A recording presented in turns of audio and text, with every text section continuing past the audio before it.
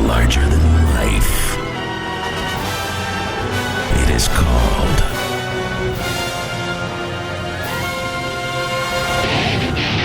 Texas high school football. Only one show can bring the greatest sport from the greatest state into focus. Lone Star Gridiron.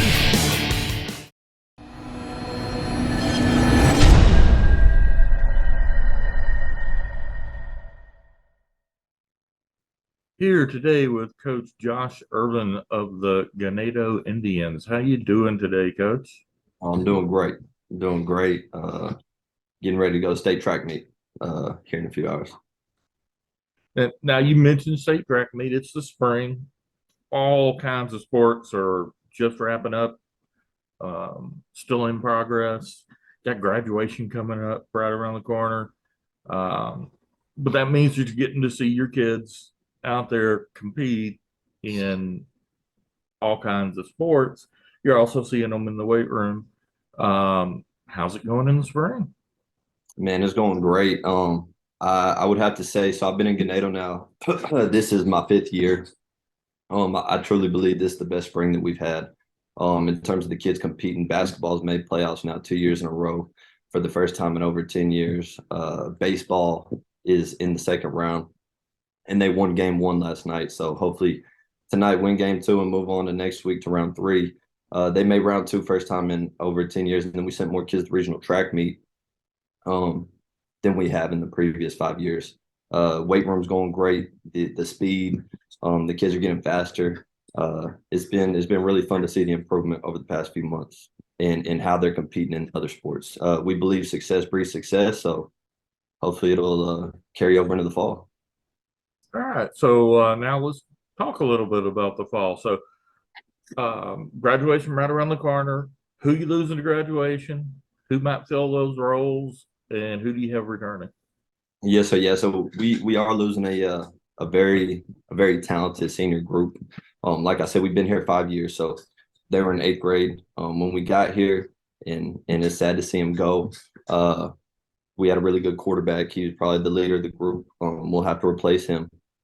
We have a kid coming up though that he's going to be pretty good in what he does. He's not the same type of kid. The offense is going to change a little bit, but I think we can still be really successful with him. The group of seniors now, so we had them since they were in 7th grade, so they know the system. They should be able to go out and execute pretty efficiently. And we're excited about what we have coming back. We have 7 starters on both sides of the ball coming back. Offensively, we also have 2 kids that had a lot of playing time last year. So, I mean, there's 9 kids with experience coming back offensively and then 7 defensively. And then there's some freshmen coming up that we're real excited about. So, I mean, it's a good time to be a Ganado India. That's for sure. Now, you mentioned making some changes to the offense based on the personnel that you have. Kind of talk a little bit more about that. How much year to year does your scheme offensively, defensively change just based on the kids that you have? For sure. So, I grew up at a 4A school down the road, Bay City, and then I went off to college, played at a small NAI school, and I didn't really know about adapting to the personnel you have until I came to Ganado at 2A because the kids are different every year. At the bigger schools, you kind of can just replace, and you might have a special kid here or there that you adapt to, but you don't have to change the scheme drastically. Or you come to a smaller school and you really have to adapt to the personnel because one year you'll have these kids with a skill set, and next year it'll be a totally different skill set possibly. We've been blessed the past 4 years. We had the same quarterback. He started for 4 years.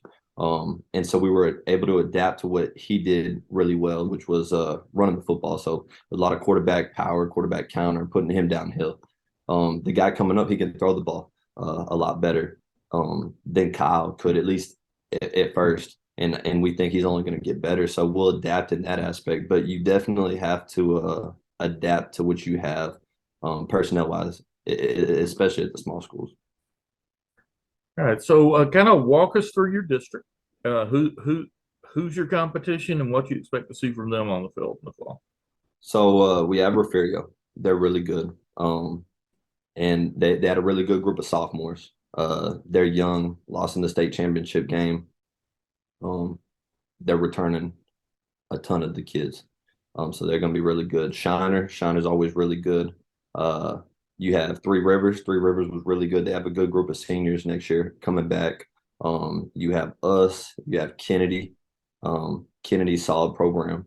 And then you have Skidmore and Bloomington. We believe that our district is probably the toughest district in the state of Texas in 2A, in terms of just the competition week to week. But that's what you enjoy. That's what you like. That's what you want to have. You want to play against the best competition, get you ready for playoffs. All right. Now you are a younger coach, but still you've been around the Texas high school athletics for a while.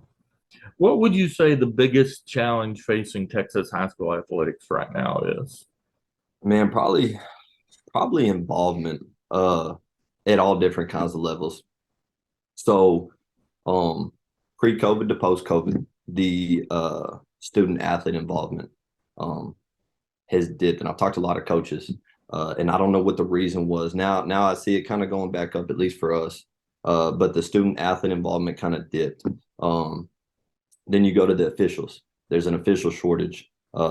I hear about it all the time on Twitter. I know that it's a thing down in Corpus with the Corpus chapter, because that's who a lot of the schools that we play in our district, that's who they use, and games are having to get moved to Thursday to Saturday. And then the third one, talking about involvement, would be the coaches, at least coming to the smaller schools. And I don't know, it's probably because a lot of times we can't pay as much as probably the bigger schools. There may not be a whole lot bringing coaches to a small town. There's not a whole lot in terms of places to live, stuff to do, but especially on the girls' side.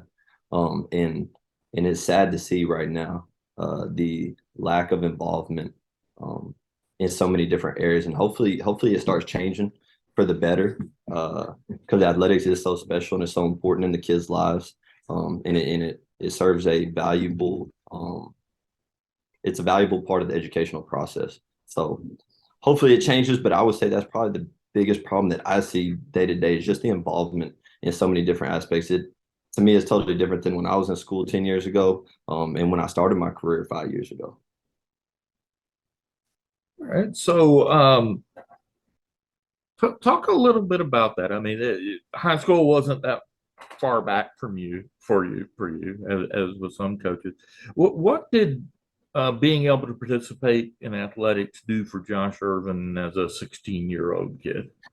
It provided an escape from everything that I was dealing with outside of the athletic. When I got on the field, I was able to just focus on that.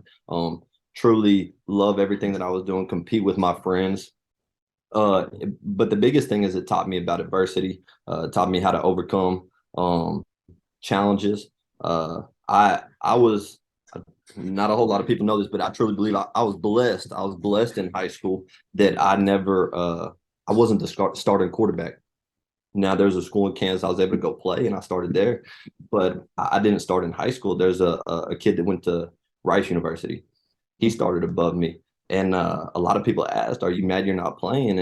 And of course you want to play, but it was fun to go and compete every single day and not be the best in what I was doing, because there was someone there to push me.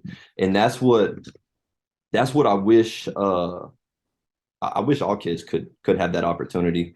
And it's tough, especially at the smaller schools, I think, because the numbers aren't as big. Is a lot of the times the best kids are the best kids, and sometimes they can start getting complacent, and that's hard to get a kid not to be complacent if he is a lot better than the next kid, if that makes sense. So I feel like I was blessed. I think that's a big part of where I'm at in my career and in my life right now, is because every single day I was pushed to try and compete with the kid that was better than me. I talk to him about it all the time, and blessed for that situation. But I think that's probably the biggest thing that athletics provided for me, was how to overcome adversity, toughness, mental toughness, physical toughness, and just an escape from everything that was going on outside. Very good. Well, let's go from kind of the big picture now to a little smaller picture.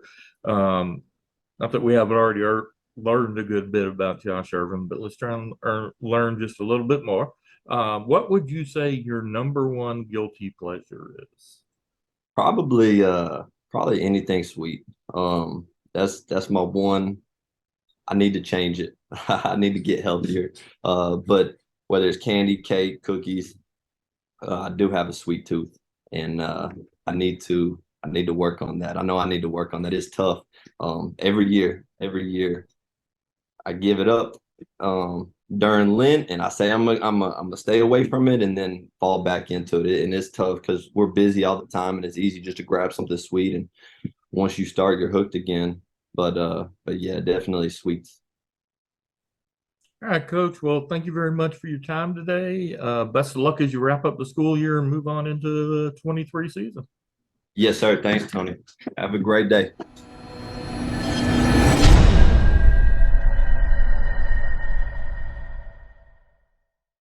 LoneStarGridiron.com. Access the complete history of Texas high school football, over 100 years of information, win-loss records, coaching histories, individual stats, records, and more. Lone Star Gridiron, the authority on Texas high school football.